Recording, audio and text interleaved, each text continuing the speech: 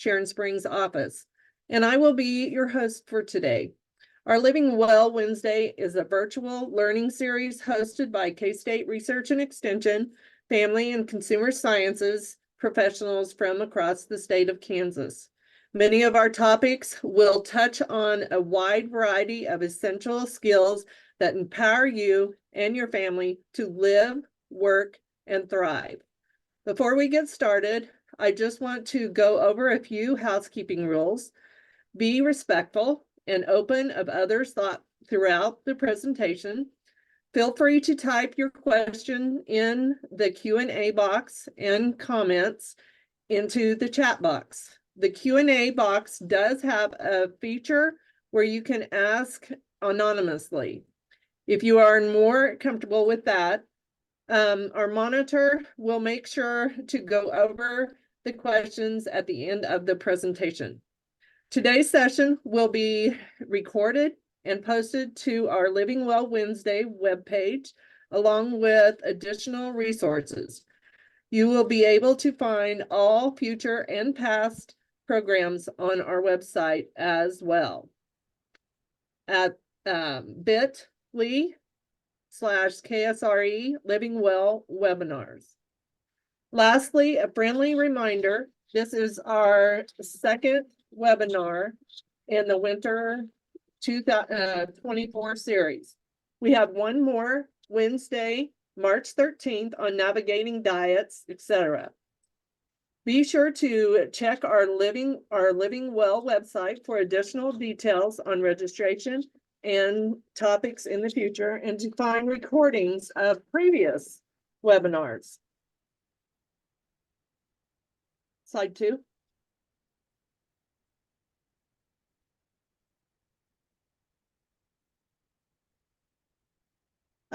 We do want to acknowledge that KSRE is an equal opportunity employer. Therefore, we do not discriminate against anyone. So if there is a special request or concern that you need to allow for you to attend our programs, please reach out to us. We want to thank our presenter for joining us today. Jolene Sibnuska is an APRN, MSN, Prairie Health and Wellness, women's health nurse practitioner. With that, I will turn it over to our presenter for today, and thank you. Next slide. Hi, well, good afternoon, and I appreciate this opportunity to be with you guys and to be able to share a little bit more from the functional approach, which is different than traditional medicine, and just so that you can know that there's other options. And we'll be talking more about how our female bodies are so amazing, and how that has all of its, how the body has its own checks and balances of how it works. So it's, and we're going to have plenty of time at the end for questions. Your leadership is wanting to make sure that all of your questions are answered, and so I so appreciate that. So we will be going over if we need to, just to make sure that happens. So please just keep those questions coming as you can. I want to make sure that we meet your needs on that. So functional medicine is actually looking at deep physiology of how the body works, and looking at root cause for problems. Instead of just kind of the here's your symptom, here's your drug approach, we're actually looking at why is the body doing what it's doing, and how can we help it, to learn maybe a different way. So symptoms that we may have, whether we're having like heavy bleeding and cramping with menstrual cycles, or we're skipping menstrual cycles, or we don't have a cycle at all, those are symptoms that warn us that something is not right in our bodies. And many times, I think, because I always say women take care of the world and everything else in it. And I even have also, I think Desmond Tutu agrees with me when he says, if you want to invest in a country, invest in its women. And so many times, because we're busy taking care of the world, we just kind of forget about symptoms. And if we have a migraine, we just take an Excedrin and we motor on. versus actually kind of thinking of, well, why do I have a migraine? I mean, what's going on with this?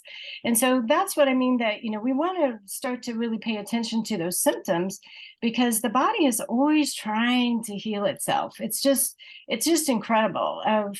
And for my position, I'm always just trying to help out a little bit and then get out of its way. And it's beautiful to just watch it self-correct. So our bodies crave balance, and especially the female body, because of our ability to grow humans. So Mother Nature has kind of put up some guardrails for us because of that. And if it senses that things are out of balance, then that's when especially the hormones are going to get hit. And when I think about balancing hormones, it's not just estrogen and progesterone, but it's also testosterone, it's cortisol, that strongest hormone in the body made by the adrenals, it's thyroid hormone, and it's insulin, which is really one of the biggest ones when it comes to having a harder time losing weight. So we're really talking about balancing all of those hormones in the body.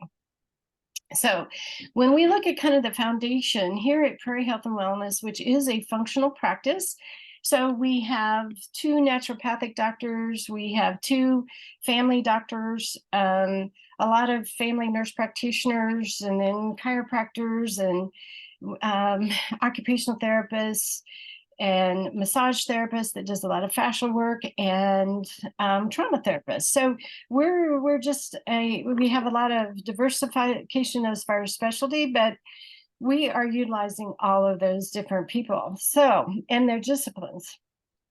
So kind of the pillars of the health is kind of this is what we consider to be foundation for good health. And I'm so thankful that, again, your leadership has, my understanding is providing you guys with copies of these slides. So especially for something like this, which is a little bit more detailed.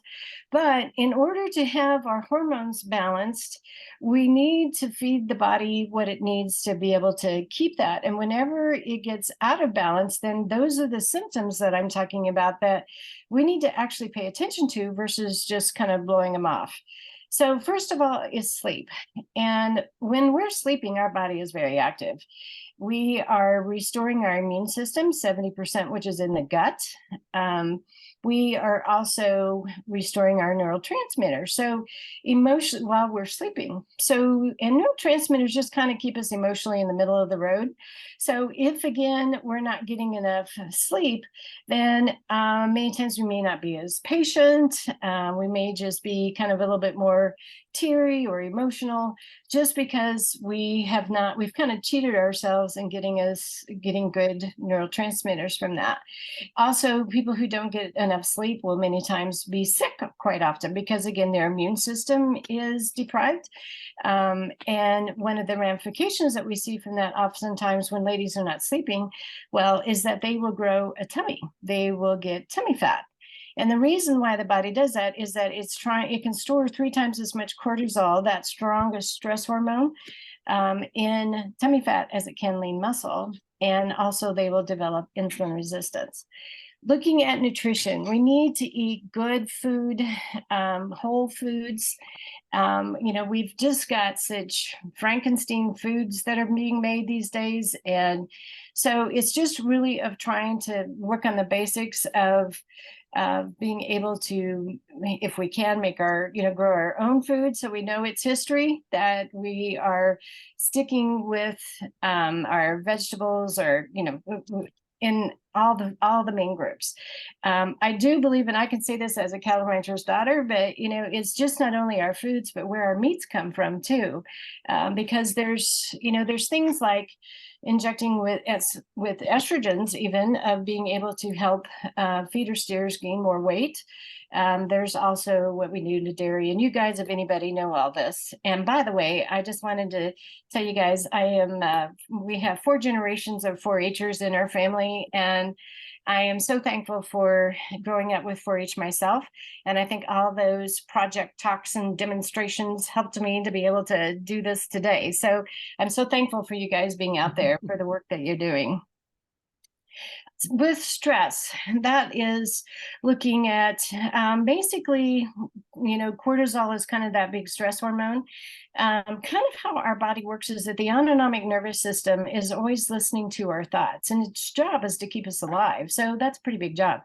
But when it senses you're in danger, and maybe you're just making a list of what you got to get done today. But if as you're doing that, you're thinking, okay, but I got to be to the school to pick up the kids by this time, and then I got to be here by this time.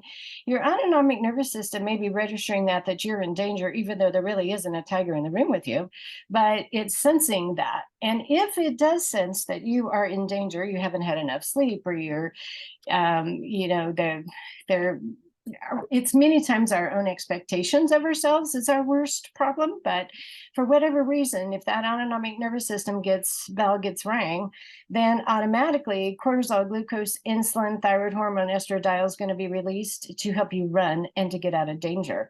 And that's when the hormones are going to start to kind of become unbalanced. And so again, those guidelines that Mother Nature's put up there for us to kind of keep us out of danger. And if she senses that we are being stressed and we're in danger, then she's going to move in as far as trying to help us prevent us from getting pregnant, because if we're in danger, we shouldn't be getting pregnant at that time. So stress is huge. Cortisol, strongest hormone in the body. Kind of thyroid, insulin, sex hormones are the weakest out there. They are considered the non-essentials, in my opinion. So because they're the ones that get shut down whenever the body senses you're in danger. We got to move. This body is meant, to be out gathering our food and hunting our food. And so again, movement is also a way in which it just helps the lymph system go. It helps us to actually be able to feel better, to get out in the sunlight and see that, the sunlight first in the morning is one of the best things they say we can do as far as helping us sleep. So it is being able to definitely incorporate some kind of movement to keep our bodies going, because that's one of the big things that I'm trying to do all day long is to get ladies out of the ditch, help them with whatever the problem was that they came in with, but then focus on prevention. And so when we do yearly DEXA scans, body composition scans, percent body fat to lean muscle, but also bone density. And so we should not have any ladies fracturing a hip from, from their density as far as coming out of this practice, because we have protocols and stuff we do to build that back. But lifting weights is by far one of the best things we can do. I will just put that pitch in there right now. Detox means that our livers are being able to detox, and it's amazing what we can ask it to do as far as pollutants that are out there, what we're spraying on our roses, or those things can actually end up to be harmful for us, and especially when it comes to making hormones. So what do the symptoms of anxiety, heavy menstrual bleeding, insomnia all have in common? Maybe some of you have some of those symptoms. Well, again, it's the autonomic nervous system's response to stress. And this is one of my favorite slides ever. So I'm so glad that you guys will have a copy of it. But it just kind of shows you how that autonomic nervous system is actually trying to keep our bodies afloat. And so again, it's going to affect how, we're the fight or flight. And remember, cortisol is the strongest hormone in the body, but it's also the most inflammatory. It can do the most damage. So it is the one that allows somebody to throw a refrigerator off somebody after a tornado, or to run a marathon. But it comes at a price, and that's the inflammation that can come with it. But cortisol is what causes anxiety, or that fight or flight type feeling that we have. Somebody's got, by your throat, or you feel like you have a little gerbil wheel running inside. Maybe your gut's kind of rah. That's anxiety caused by cortisol. And even more cortisol is what causes a panic attack. So it's not a Zoloft deficiency. It is actually more cortisol. And so many times when ladies come in with that fight or flight, they're saying, I'm in fight or flight all day long. Then it's like, I know automatically that, okay, we got high cortisol. And so we've got to help her learn other ways as far as being able to try to manage stress. So it affects every system of the body as far as the stress that we have. and which you can look at this later, but especially we're going to go into a little bit more of how it affects menstrual cycles and ladies getting pregnant, because that's kind of, why we're here. So if there is too much stress, again, because we're not getting enough sleep, or we have poor diet, or if we have gut issues to where, we should have 1 or 2 bowel movements a day. We got to take that trash out every day. And if we don't, then we reabsorb the trash, basically the inflammation and some of the hormones that your body was trying to get rid of. And so definitely 1 or 2 bowel movements a day is what we're after. And some women, I was just shocked to find out they have 1 bowel movement a week. I mean, that just blows my mind because of just all the toxins then that are in their bodies. And so using some magnesium, if you get enough magnesium, or if you get enough vitamin C, both of those are going to get you to loose stools. And so many times that's where we just need to use some magnesium, increase the magnesium at night. There's about 15 different types of magnesium, but usually almost all of them are going to get you there if you use enough. And so being able to realize that, it helps us sleep, it helps with joint pain, but hopefully then get the body in the habit of nice soft stools in the morning. So if somebody has diarrhea all the time, oh my gosh, that is just so much inflammation in the gut. So again, and people think that this is just normal, or that they have the constipation and they just read the commercials, and it's like, okay, well then I need to take this to not be constipated. So we're just trying to help the body get in a better system. Difficult relationships, whether that be narcissistic husbands or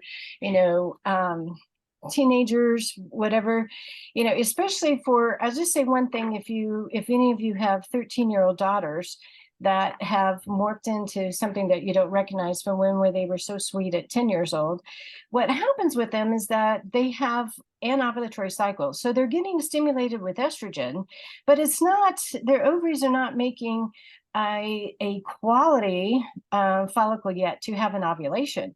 But those early estrogens do grow the pubic hair, the breast buds, and those young ladies actually have estrogen spikes. I mean, that's how that happens. And many times then estrogen can be very stimulating to the brain.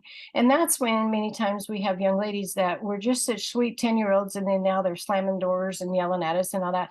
That's because of estrogen dominance. And there are supplements that we can use to help the liver to dump those higher estrogens, and then you kind of should be able to get your daughter back. So just realize that certainly is something that's a very natural process, but there's things that we can do to help. And many women, when they go through perimenopause, may mirror some of those same reactions as well. Adverse childhood events or other traumas. I will say in the first part of my my career before I got into functional medicine, I was in traditional medicine for 25 years. I really was not trauma aware. I just I think I always sensed that maybe something wasn't quite right, but I just didn't know what to do about it. So since being in functional medicine, and then especially here where we really understand the effects of prior traumas, and I'm sure you guys are very aware of that.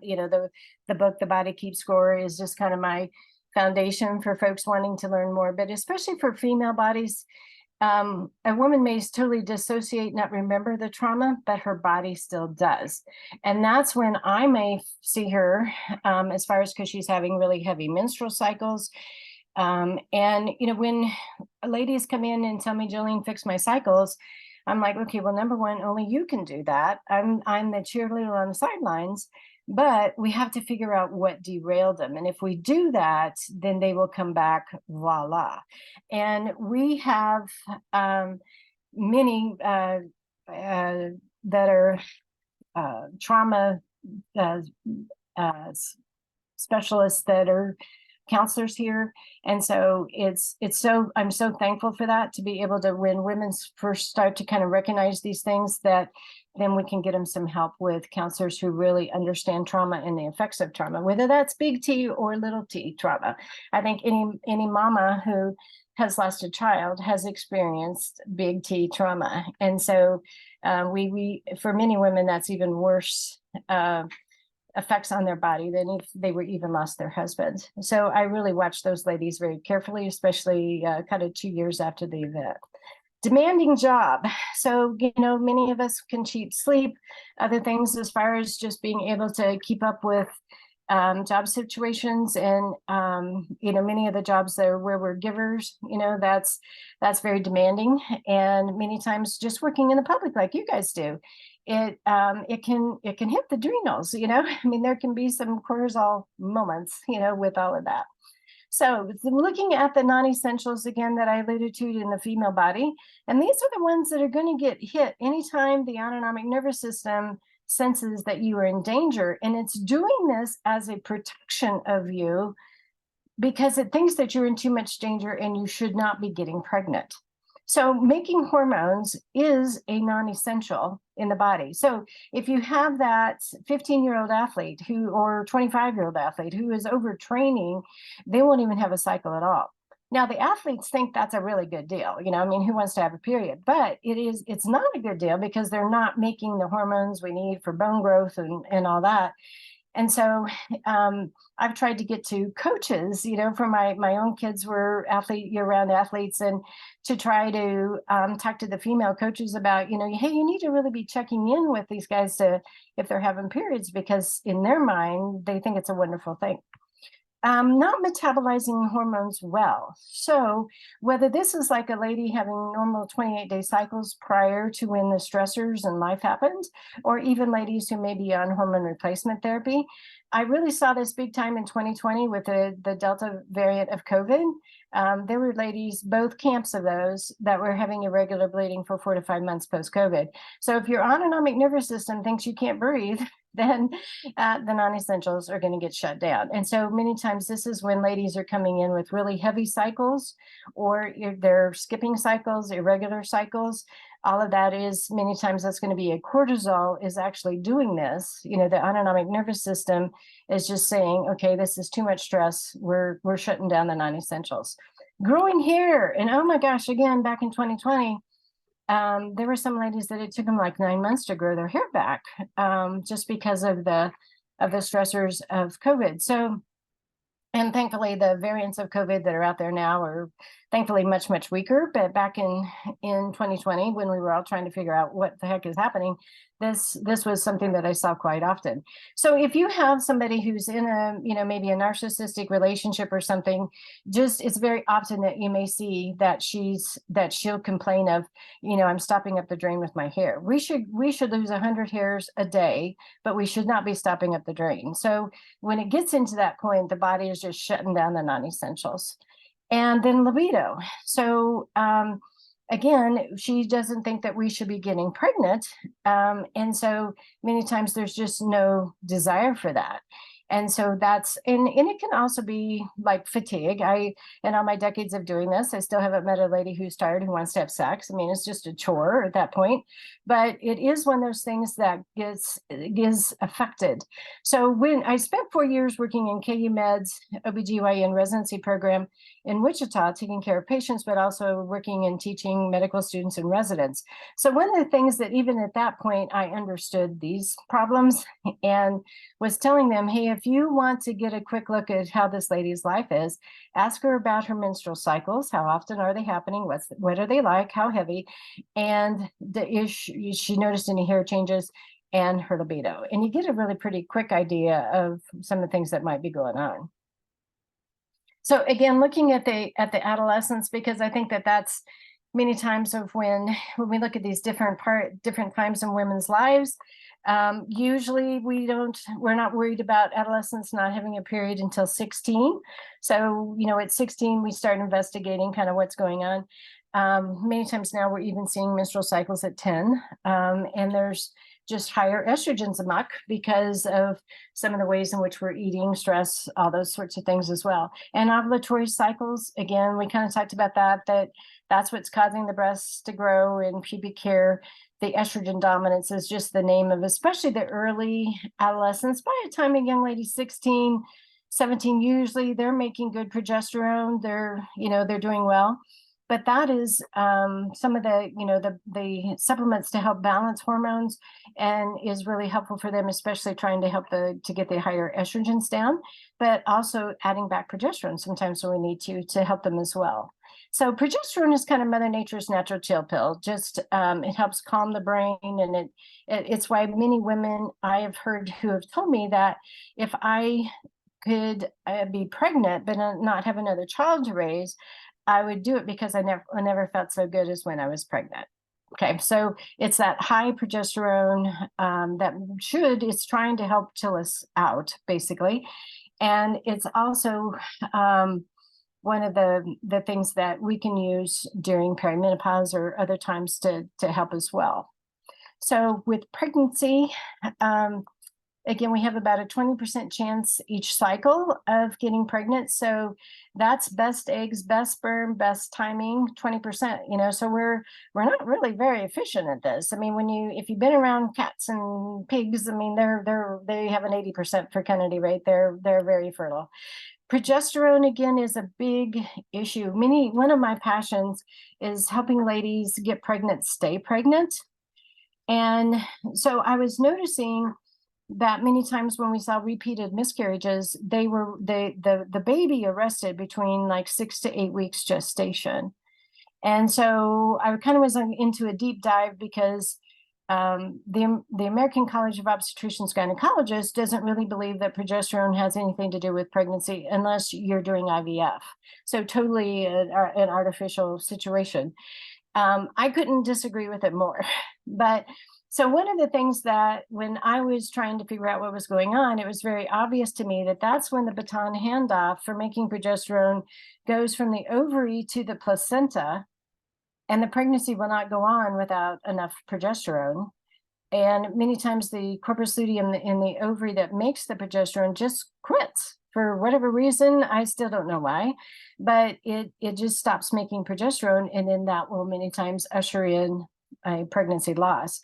So we sometimes see this even in second trimester of when, there may be testing done and they're like, well, there's nothing wrong, baby was perfect or whatever. I've seen, because I've asked ladies, even if I offer to them, if you're interested, we can even test your progesterone levels second trimester, and many times they're low at that point. So how do I know what progesterone levels should be? So Creighton University in Nebraska, a Catholic university, has a Pope Paul V Diocese Institute, and they teach natural family planning there, but they also have done a lot of experiments, and which I am so very, very grateful for. So they were taking blood from women who were early in their pregnancies, throughout their pregnancies, women who had miscarriages, women who went to 40 weeks gestation, everything, the whole mix, women who were having a hard time getting pregnant, everything went in there. What they found from that was that they came out with what they call the optimal levels of what progesterone should be for every 2 weeks of the whole pregnancy. So I'm not burning sage in here trying to figure out what a progesterone level should be in pregnancy. I actually have a graph, and that graph is golden to me. It is just what I was hunting for, to know what to aim for. And so it's hard to find OBGYNs who understand this because ACOG says it doesn't matter. But in Wichita now we have 2 young OBGYNs who are certified to be able to do the progesterone add back, and who totally understand this. So I'm so excited. I'm not the only one anymore. So we actually have some OBGYNs doing it. The midwives have understood this, I think, from the very beginning, but it's just not what ACOG teaches. So perimenopause. So the main thing, the perimenopause usually starts about 40, and it many times may go to 52, 55. It just depends on kind of some genetics on there. But we're getting into the older eggs. We ovulate out our best eggs first. That's why those 14, 15-year-old girls so easily get pregnant when we kind of wish that wouldn't happen. Best eggs they're ever going to have in their lives. So by the time a lady is 40, 44, whatever, then we're into kind of the older eggs. They make more estrogen as part of their dysfunction of being older. And then about 45, many times they're old enough that the ovulation gets sketchy and we don't make as much progesterone as we should to balance out that estrogen. Well, now we even have higher estrogens. That's when ladies are having really heavy cycles. They're growing polyps and fibroids, which are estrogen fed, which are also causing heavier bleeding. And from 45 to like 55 is just the prime time for breast cancer. That's when I see it the most. And it's always usually DCIS, which is estrogen fed. And so I'm starting a supplement that helps to bring the estrogens down at 35 because I know what's coming in the 40s, which is that high estrogen. Now, as you remember the 13-year-old girl example, many times those high estrogens can be really hard for perimenopausal women as well. And I've seen 2 ladies who made this decision before they came here, but they divorced their husbands in the 40s and they remarried them in the 50s. So obviously, emotionally, there was a lot of stuff going on there. So if it's kind of where I had one daddy that kind of caught me in the hall and was saying that he had a 13-year-old daughter and he had a perimenopausal wife. And he said, you know what, I'm just going fishing a lot. I'm just kind of staying out of the fray. And I understand that, but I'm trying to do things to where we can keep those estrogens under wrap. So again, perimenopause is the dysfunction is because of the older eggs. And they're just not making dependable hormone. The estrogen dominance definitely is the main problem with that. But again, if we can get ahead of that, because that 40 to 55 again is the time when I worry about women the most for their whole lives. So menopause is defined by when you haven't had a period for a year. And if you're 6 months into this and you have a period, then your year starts over. Definitely that can be estrogen dominance for some women. And so that's where I like to come in there with the supplement that I use a lot is called FemBalance. You can also get it like on Amazon as FemGuard. But it's just a brilliant supplement for regulating cycles, making less cramping, less bleeding, and helping ladies get pregnant. I would not want to work without it. And I am basically a supplement Debbie Downer. So for me to give it that much praise is really saying something, but it is brilliant how they put it together. So estrogen dominance is again going to be there for some of these ladies going into menopause. That's where I like to, FemBalance helps me to pull down those higher estrogens and give some plant-based progesterone, but also I'm giving a lot of progesterone too to try to offset that. And the adrenal hormones. So, when we get to menopause, where we're not making the sex hormones as much, so now we've moved on. So we're 55 plus probably. The main hormones that are going to affect women losing weight, which is what I always hear, and the sex hormones are kind of the low-hanging fruit. They get blamed for everything. My estrogen caused my weight gain. My estrogen gives me migraines. It's everything. Really, from especially younger women too, but especially the menopausal ladies, the 2 stinker hormones are the adrenals, cortisol, and insulin. And cortisol by itself can really muck with your thyroid to where it's not working as well. Your thyroid hormones may look perfect, but it actually can cause what I will call a functional hypothyroidism. These ladies have every symptom of hypothyroid, but because their labs are normal, their doctors are telling them, well, you're fine. Well, you're not. It's actually because of the adrenals. But when I was in traditional medicine, all I knew about the adrenals was Addison and Cushing's, the 2 extremes, none or too much. But oh my gosh, the adrenals are just the strongest hormone in the body, and they can totally shut down the little sex hormones I work with, and they can wreak havoc. So again, because I think women take care of the world and everything else in it, we're staying up, making Christmas special, making birthday specials. And there's sometimes a price to that. Women have 3 times the amount of autoimmune diseases that men have, because we're the ones up with sick kids and helping Aunt Martha and all that.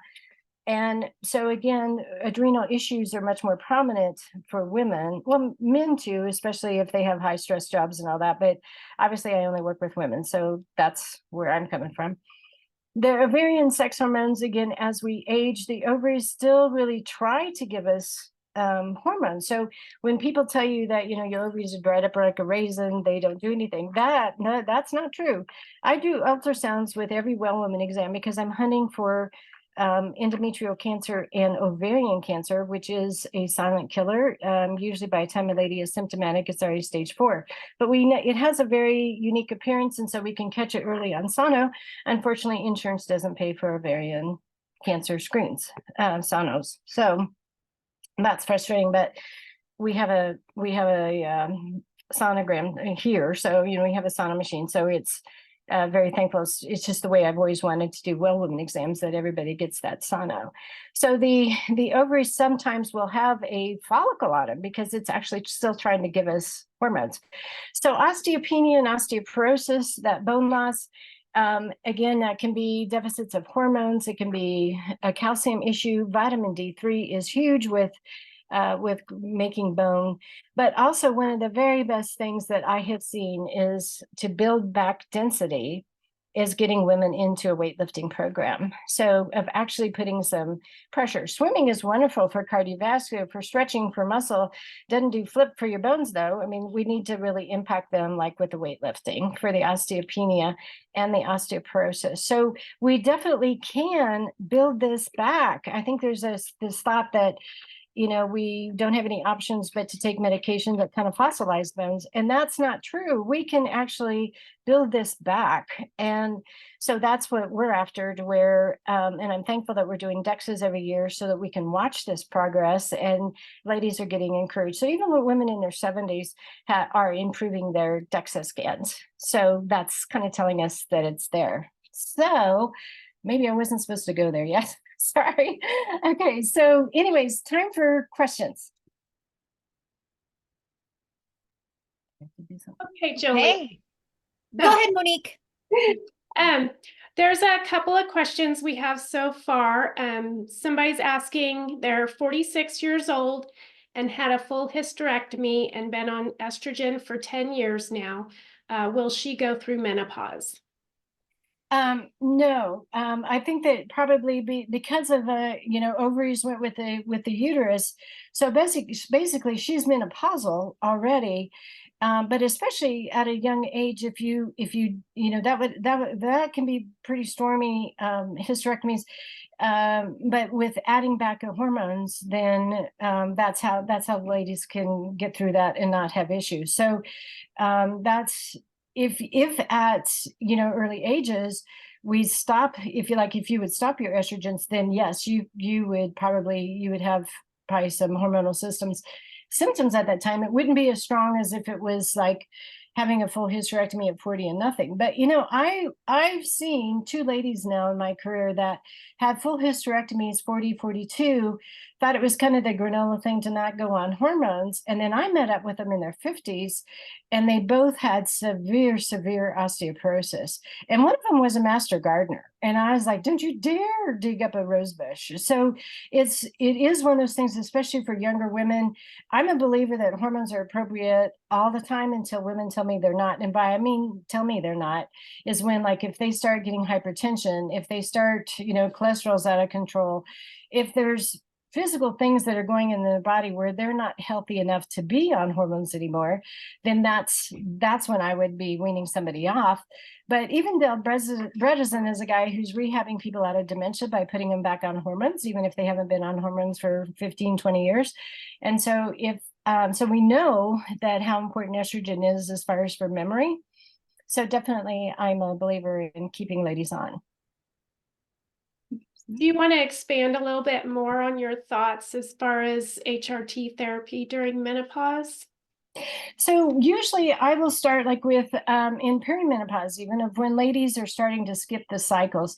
That's just a really tough time. Ever since, for most of us, 12, we've had, pretty regular cycles.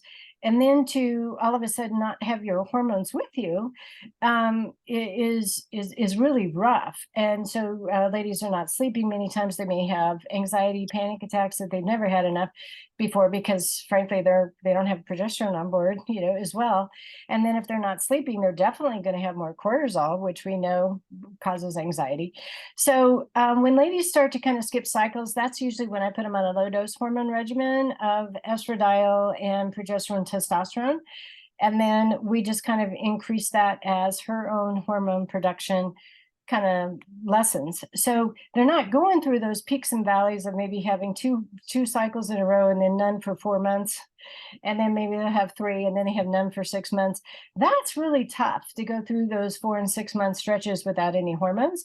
So that's when I start them at that time. I also like to get progesterone on board them because I know that's her highest risk time for breast cancer and also endometrial cancer, which is estrogen fed. And so the hormones, the progesterone is there to kind of help prevent that as going forward. So I know estrogen has gotten a pretty bad rap as far as, they used to use it quite a bit and then they stopped because they thought it was causing the breast cancer. Is that kind of changed now? Okay, boy, have you opened a can of worms for me. Okay, so hang tight. So what happened in 2002? The Women's Health Initiative study had a cardiologist who had a vendetta on hormones. He told many people before the study that he was going to stop that hormone train. I have personally been an FDA investigator for many clinical trials. And what this man did was he should never be allowed to do another study. I mean, it was against everything about doing a clinical trial.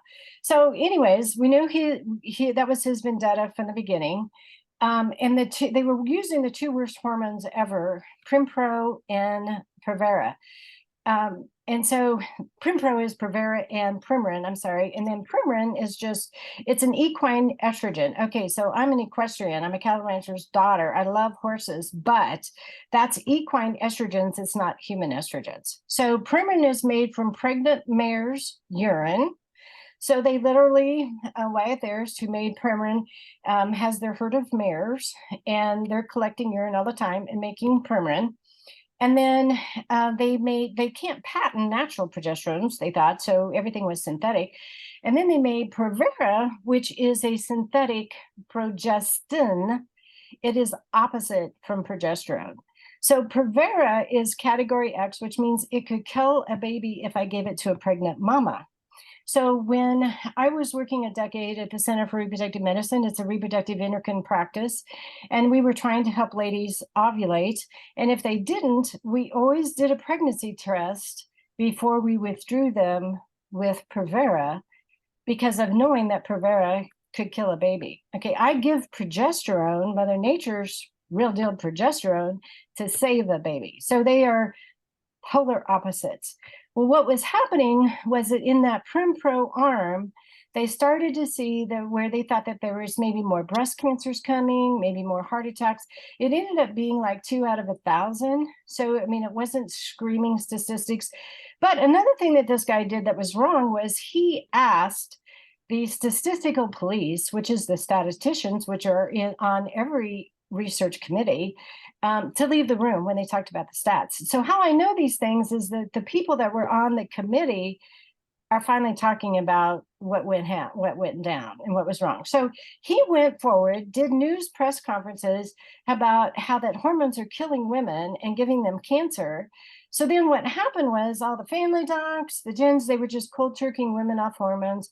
And I was working in a very large traditional OBGYN practice at the time. It was like a tsunami hit us. Women were just dripping in sweat. They were, because you don't cold turkey women off hormones. You slowly take them off. And so these poor women were just hot flashing like crazy, miserable. We were hitting the Premarin rep up, what's going on. She couldn't even get information on the study. That was his objective. That's what he wanted to do. And so then when they got the committee together, again, that was, it was just even worse things happened, but it ended up being 2 out of 1,000.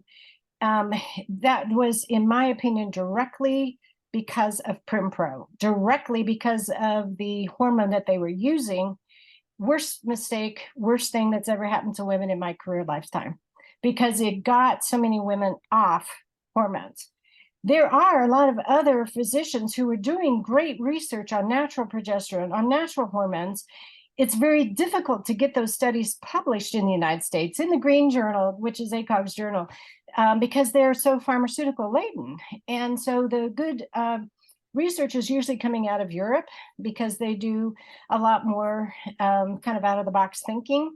But there have been really good studies done.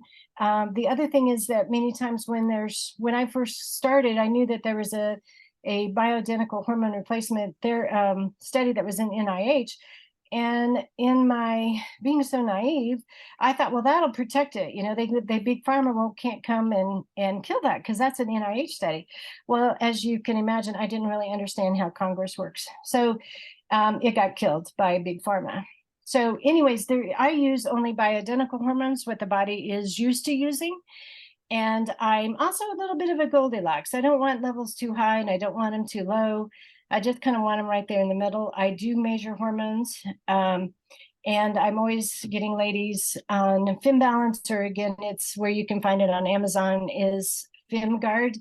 And it is, I think that's just absolutely one of the best supplements that's out there as far as women. I use it for their whole lifetime. Do you want to spell that? That was one of the next questions. Was FEM, so the FEM, and then our product is Balance, BALANCE, and then FemGuard. So, and then just the GUARD. So in the FemBalance, we have left turmeric in, where FemGuard, they took it out. But turmeric is a great anti-inflammatory. We think that it makes good sense. So there's estrogen metabolizers in there, DIM, calcium D-glucarate, B12, B6, which we will use a lot of B6 when we have estrogen dominance. There's, the Vitex Angus, which is a plant-based progesterone, Black Cohosh, which is a plant-based estrogen, resveratrol, a great antioxidant, sulforaphane, which is a cancer fighter. They've done a lot of studies with prostate cancer, just giving sulforaphane, so that cancer fighter is in there as well. And so I think it just definitely helps us to prevent the estrogen-fed cancers. And most women who are younger actually feel just so much better on it. Their cycles are more regular. They have less cramping. And it certainly is very helpful for ladies getting pregnant. When they do get pregnant, I ask them to stop it. Just, we don't have studies, but she's pregnant at that point. And then that's when I get a quantitative beta-CG and a progesterone level. And I encourage the progesterone from the get-go, so that we don't go through that from the corpus luteum ending too early before the placenta kicks in. awesome. Okay, there's another question about, do you recommend no exercise to recover the period? I'm assuming the menstrual cycle. How do you suggest to reduce stress on the body to get the menstrual cycle back? Okay, so it's looking again at those non-essentials, because if the menstrual cycle is suppressed, number one, the autonomic nervous system thinks you're in danger and you shouldn't be getting pregnant. And some of the hardest women that I've worked with have been attorneys, and they are just so used to working hard to get what they want, and so they just feel like, if I can do this, I just have to work harder. What else do I have to do? And it's like, even in the process of that, you're creating so much stress. That's what's suppressing this, so again, of wanting to try to help you guys realize how your body actually works.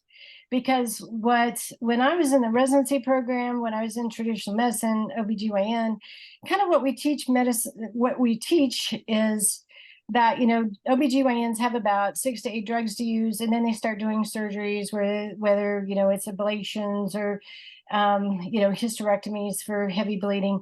And then if the drugs and if the surgeries didn't work, well, then it's all in your head and here's your antidepressant. And so I wish you could see the steam coming out of my ears right now, because I'm so frustrated with how women have been treated in the medical community. And again, appreciating the opportunities like this to help you guys understand how your body works. So, if somebody stops having a period, there's always reasons why. So my questions is always like, what age group are they in? But if they're, let's say they're 42, so they should be having 28-day cycles, pretty much then. So the autonomic nervous system is thinking that you're in too much danger. I mean, that's why she shut the thing down. So whether if it's someone who's, a marathon runner, I got asked once to come to a triathlete meeting and speak. And so obviously I was telling them, basically, because nobody in there was having periods, that my concerns for them for not having hormones and what they were doing to their bodies with cortisol and stuff. So I think you can appreciate why they never asked me back. But that they always looking at what's off. Is it that there's too much exercise? Is it narcissistic husband? Is it being able to, just not get enough good sleep? Are they not eating well? Are they anorexic? Because that'll surely shut down a cycle. If you don't make enough calories to make cholesterol and hormones, it's not going to happen. So something's wrong that's there.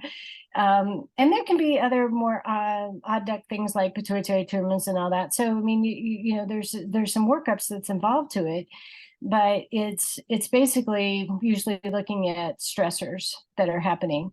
And then as we can help somebody get back in the habit of sleeping again, narcissistic husbands, I don't have any answers for. But if it's other things, then being able to well, I guess I do with narcissistic husbands, that I'm usually encouraging women to get out of the marriage. But it is of if there's physical things like of how they're eating or how they're stressing, if they're not sleeping, if they're one of those that are having a bowel movement once a week, trying to work on those things, trying to help the body learn a different way. So it sounds like maybe some exercise, but too much exercise, on the extremes. Is that what you're saying? Right. I mean, I don't want ladies to be couch potatoes either. That's how we become insulin resistant, and we're just going to be gaining more and more weight. One of the things that as we age that Mother Nature does too, she does it to try to help us, but oh geez, it is that every decade, starting at 40, she decreases the metabolic rate because she thinks that we can't go hunt the tigers anymore, or whatever else was going to be for supper. And so she decreases that metabolic rate, so we just kind of hang on to every calorie. And so it makes it harder to lose weight as the older that we get. That doesn't mean we can't. It's just harder, and we have to understand what Mother Nature is doing. And so for some ladies who, they're eating well, they're exercising, all this, but I'm kind of digging in, and they're getting up at 4:30 in the morning so they can go work out in the gym, and it's like, just because of the cortisol that may be causing in her body. Then again, we know that if there's too much cortisol, then that's when ladies are going to grow tummies, because the body has learned from evolution, basically, that we can store 3 times as much cortisol and tummy fat as it can lean muscle. So it's going to create it. And then we get into more of the thyroid issues, the insulin resistance, and cortisol issues, just the stressors. We have to teach ladies different ways of, whether it's meditation, whether it's going for walks. Me growing up in a cattle ranch, I just need to go out and pet some horses and go ride, or go get out and wind in my face. And that is what helps me to calm. But we all have to figure out what works for us and to be able to do it. I think most of us feel good after we exercise, and we're like, oh my gosh, this is so amazing. I'm going to make sure I do this every day. And then tomorrow morning, the alarm goes off and we're like, I don't know whether I want to do this or not. And so it's just of trying to get that discipline to get into a habit. And so just as whether you're working with teenagers or anybody else, I just try to encourage ladies to be able to give themselves grace, but also to be able to go have a treat. If you went to the gym, 4 times in a week, or, you know, if you, I usually start ladies out like on an exercise bike or rowing machine or walking. Walking's amazing, for like 30 minutes, 3 times a week. And so just to get that movement in, our bodies are used to that movement, and it craves it. And so of how we can do that, we have walking treadmills over here for providers to get on while we're in our staff, I should say just provider staff, to get on. I have some weights in my at my place, that when I have some little bit of time in between patients, I'm doing some exercises for my back, that are just very helpful, because I think that that's one of those things we need to live well, you know, and if we're doing that, then hopefully we're going to be having our brains intact and being able to do that, because especially starting at 70, the muscle mass really declines very quickly unless we're working to keep it going. And then there was just one more quick question. What is the recommended times per week for women to lift weights?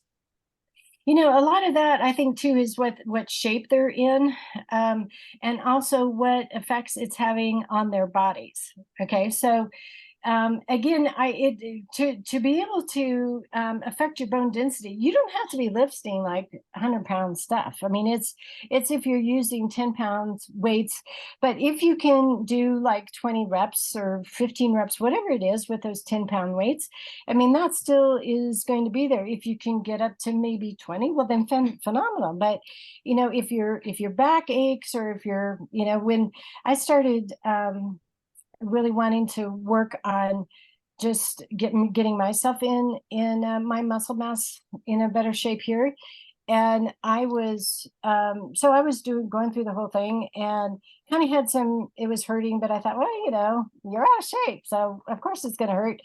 And then I went to see Ian, who's the guy that does muscle activation, and he was the one that told me, you don't have the infrastructure to be doing what you were trying to do, because I lift 50-pound grain sacks and 75-pound hay bales, so I thought I could handle this stuff. And I was very humbled very quickly that I didn't have it. So I am rehabbing back, and so that I can do that. So so and that's why I say for times a week, probably 3 times a week.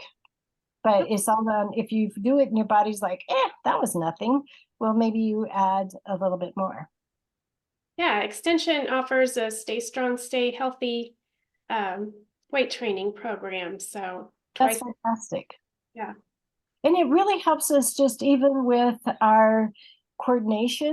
You know, we evaluate our patients here with what we call a functional movement score, which like they have to step over like a string that's about 1 foot high, and you know, to be able to kind of get yourself up off the floor. I mean, there's different places of that where we're assessing what kind of shape are they in, and then how can we help them, so that we have trainers who have done N1 training, which is a specialized training for learning how not to hurt people. You know, so they're the antithesis of the no pain no gain folks. They don't want you to have pain, and so it's exciting to be able to send ladies who have osteoporosis over there, knowing they're not going to hurt them, you know, and be able to kind of go with where they are and build up from there. So I'm really glad you have that program. We need more of that. Yeah. All right. I'm not seeing any more questions. So Melinda, do you want to? Okay, well, Jolene, we really want to thank you for being on with us today. This is the second time I've heard you, and learned something new all the time. So I hope our the people that were on have gotten some things out of today. Well, my pleasure. Thank you. Yes, we do encourage you all to complete our survey by using the QR code on the screen. I guess we need to advance the screen. There we go. This will also be sent to you right after and will be available on the Living Well website. Feel free to provide comments and suggestions.